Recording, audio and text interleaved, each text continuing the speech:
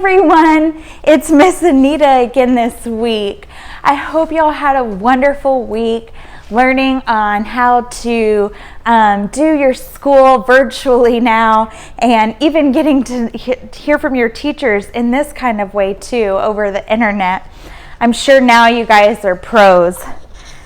So I want to welcome you guys to a new month. This month is April. And today begins a very special time in our year. It's known as Holy Week. And today starts that week off with what we call Palm Sunday. And it finishes next Sunday with another really special day.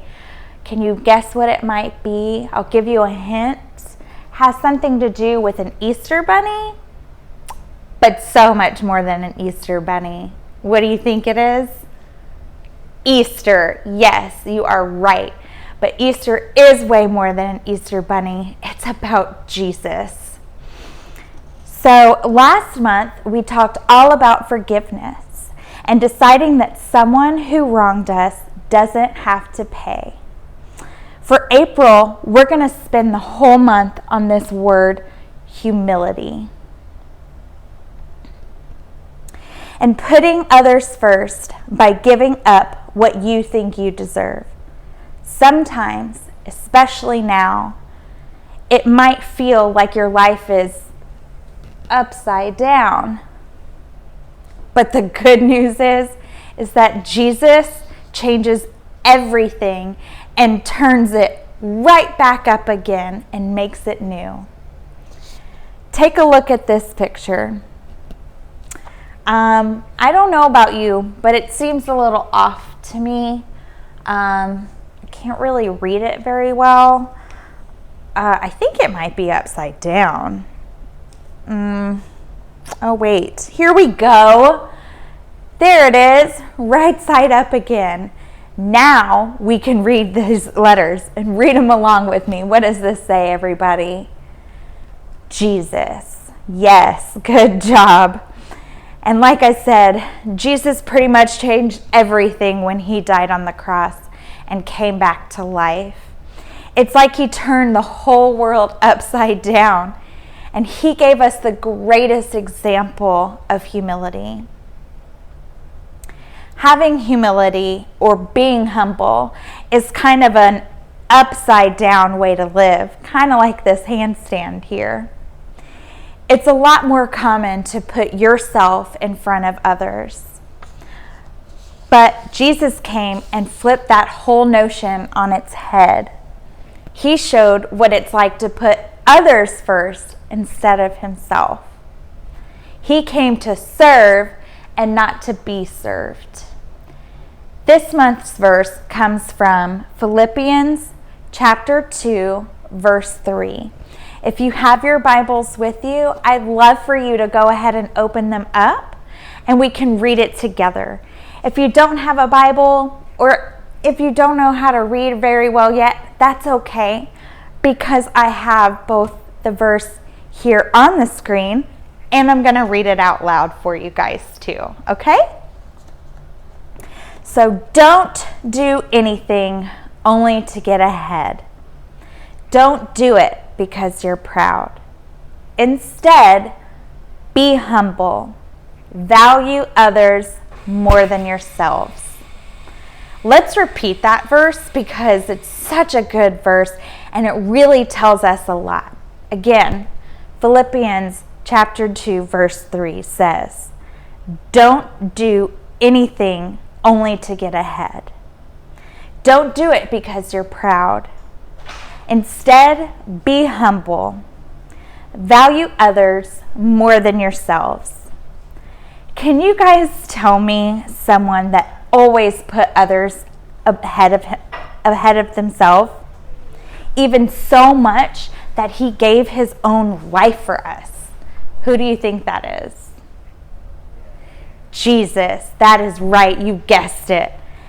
Everywhere in the New Testament, we see Jesus putting other people ahead of his own wants. And just like Jesus, we should live out our bottom line for this week and put others first. Moving into this week's story, I want to remind you that, that today is a special day. Can anyone tell me what today is? I said it earlier. That's right, it's Palm Sunday. And this week we're going to be talking about Jesus praying in the Garden of Gethsemane.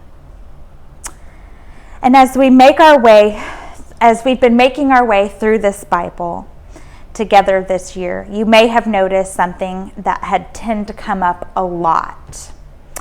It's that the religious leaders did not like Jesus or his message.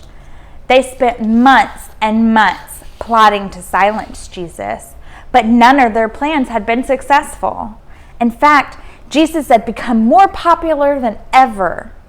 On the Sunday before Passover, Jesus entered into the city of Jerusalem to great cheers and crowds.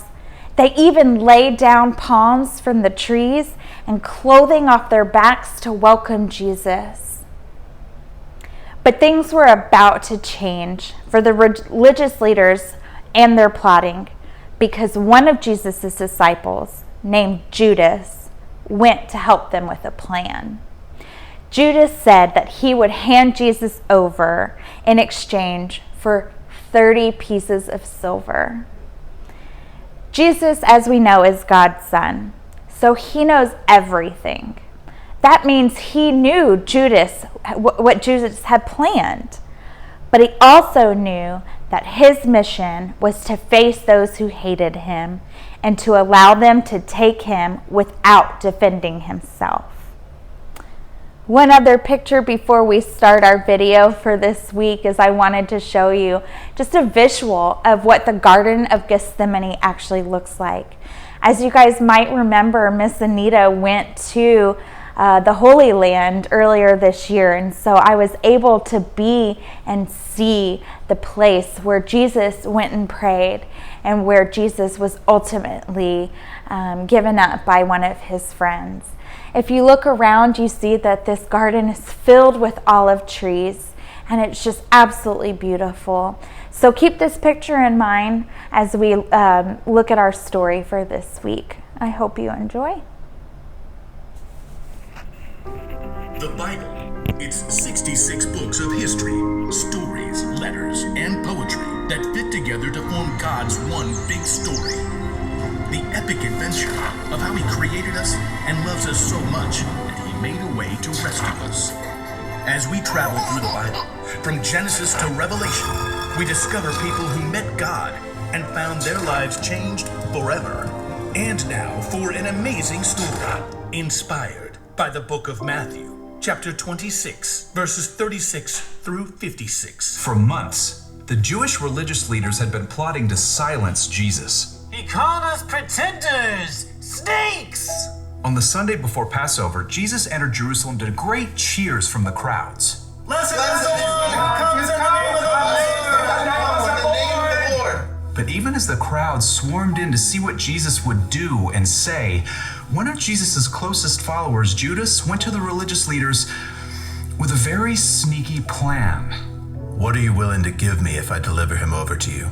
How about a cool 30 pieces of silver? Jesus knew these plans, but he also knew that his mission was to face those who hated him and let them take him without defending himself. He prepared his closest friends for this during a Passover meal, and then afterwards led them out of the city toward the Mount of Olives. Judas had already left them. In a little while, you will no longer see me. Then after a little while, you will see me. I came from the Father and entered the world.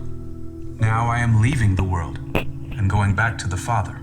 The air cooled as the evening darkened. This very night, you will all turn away because of me. Peter, the most outspoken of Jesus' friends, quickened his step and tightened his hand on the sword he was carrying. All the others may turn away because of you, but I never will. What I'm about to tell you is true. It will happen tonight. Before the rooster crows, you will say 3 times that you don't know me. I may have to die with you, but I will never say I don't know you. Me too. Same. Oh, By the time Jesus and his friends reached the Garden of Gethsemane, they were exhausted. Sit here while I go over there and pray. As the other disciples settled in on the cold, rough ground, Jesus took Peter, James, and John along with him to a grove of ancient olive trees. The weight of what was coming pressed down on him. My soul is very sad. I feel close to death. Stay here. Keep watch with me. And we're here for you. We got this. Prayers. The three friends found seats among the knotted tree roots, and Jesus went on a little further. Then suddenly, he fell down on the ground, face first into the dirt. Words poured out from deep inside. My Father, if it is possible, take this cup of suffering away from me. But let what you want be done, not what I want. After a short time, Jesus returned to his friends. They had all fallen into restless sleep. Jesus touched Peter's arm.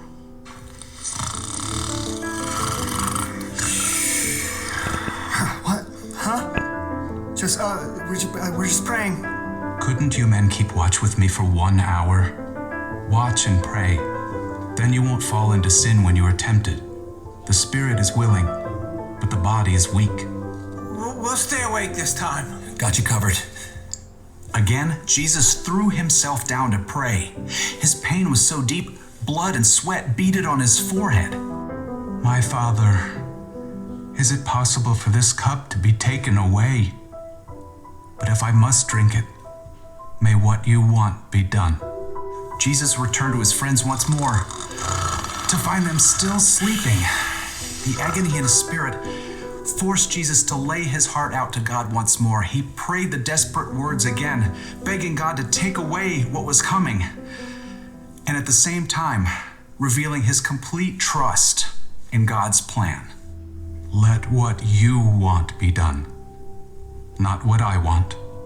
At last, Jesus knew the time had come. He returned to find Peter, James, and John buried deep in sleep.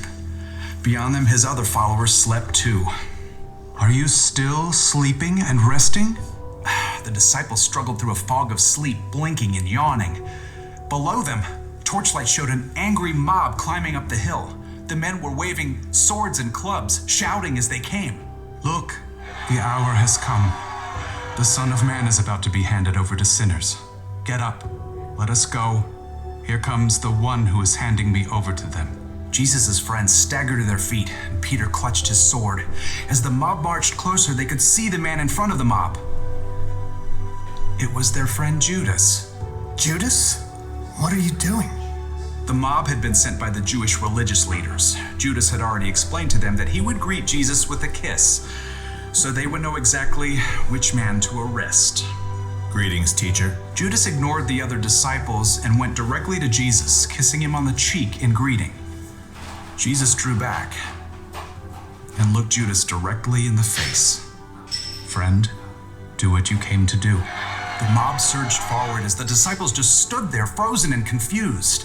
As men grabbed Jesus, Peter suddenly sprang to life, awkwardly drawing his sword. Should we use our swords? Peter didn't wait for an answer, but he struck out wildly. His blade sliced right through the ear of the high priest's servant. Oh! Stop this! Jesus touched the servant's ear. Immediately, he was healed. Put your sword back in its place. Do you think I can't ask my Father for help? He would send an army of more than 70,000 angels right away. But then how would the scriptures come true? They say it must happen in this way. Jesus turned back to the mob and the men who held him. They hovered there, uncertain, in the flickering light of their torches. Am I leading a band of armed men against you? Do you have to come out with swords and clubs to capture me? Every day I sat in the temple courtyard teaching, and you didn't arrest me. But all this has happened so that the words of the prophets would come true. No one could respond to Jesus. Instead, they arrested him and led him away. And his friends who said they'd be with him through anything ran away. Jesus made the choice that would bring life to everyone, but that would cost him everything.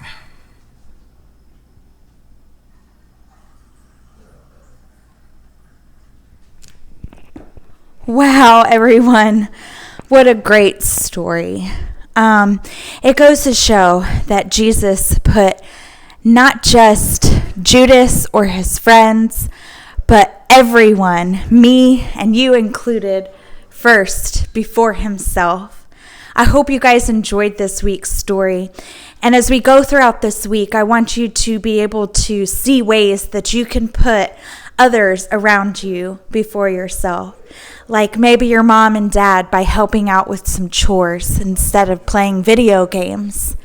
Or telling your teacher how much you appreciate them for doing all the hard work that they've been doing, as opposed to just sitting there and listening.